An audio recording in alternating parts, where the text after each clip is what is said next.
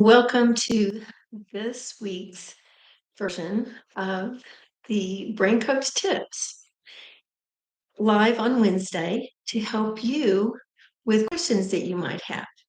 Now, we've been on dyslexia for a while. I know I'm going to get off of that soon and talk about other learning challenges as well.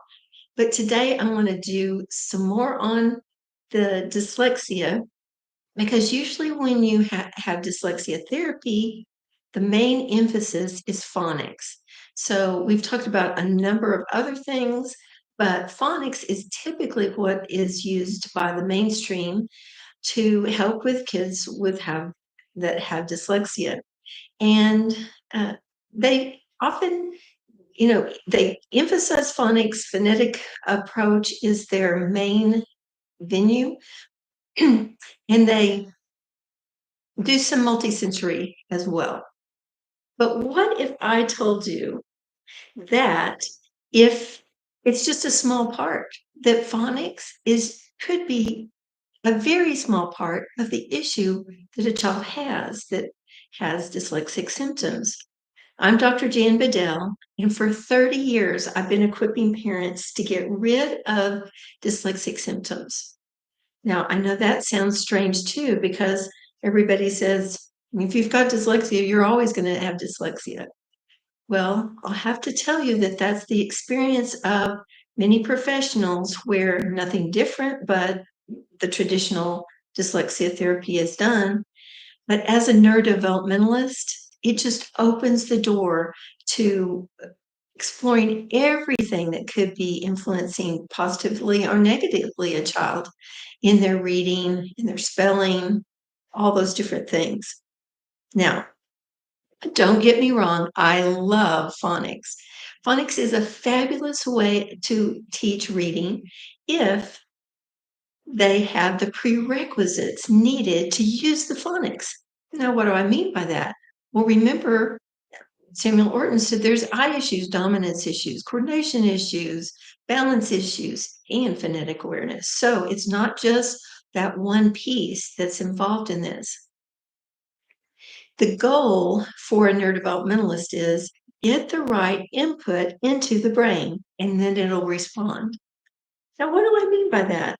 Well, if you watch the versions on the eyes, you'll know exactly what I'm talking about, getting the right information from those eyes into the brain and interpreting correctly.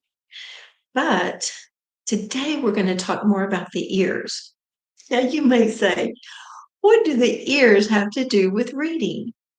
Well, phonics is hearing, right?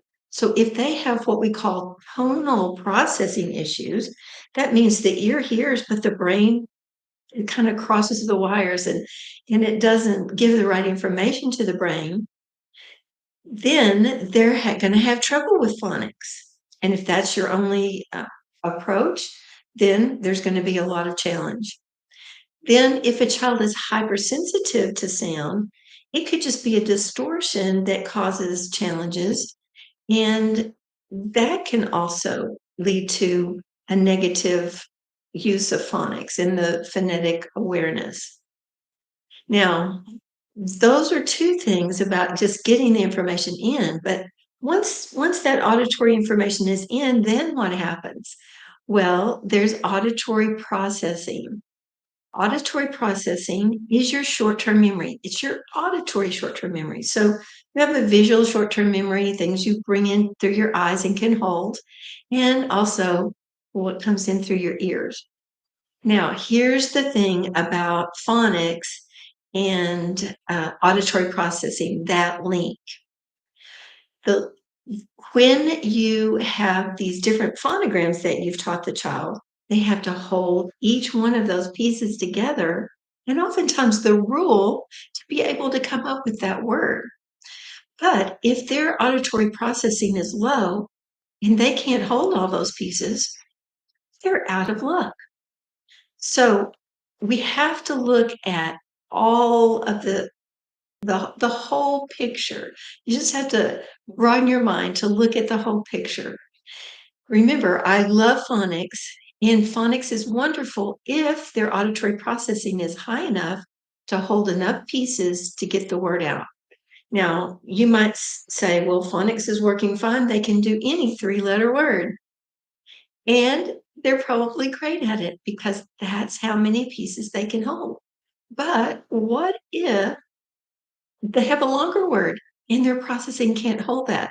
Then all progress stops at that point.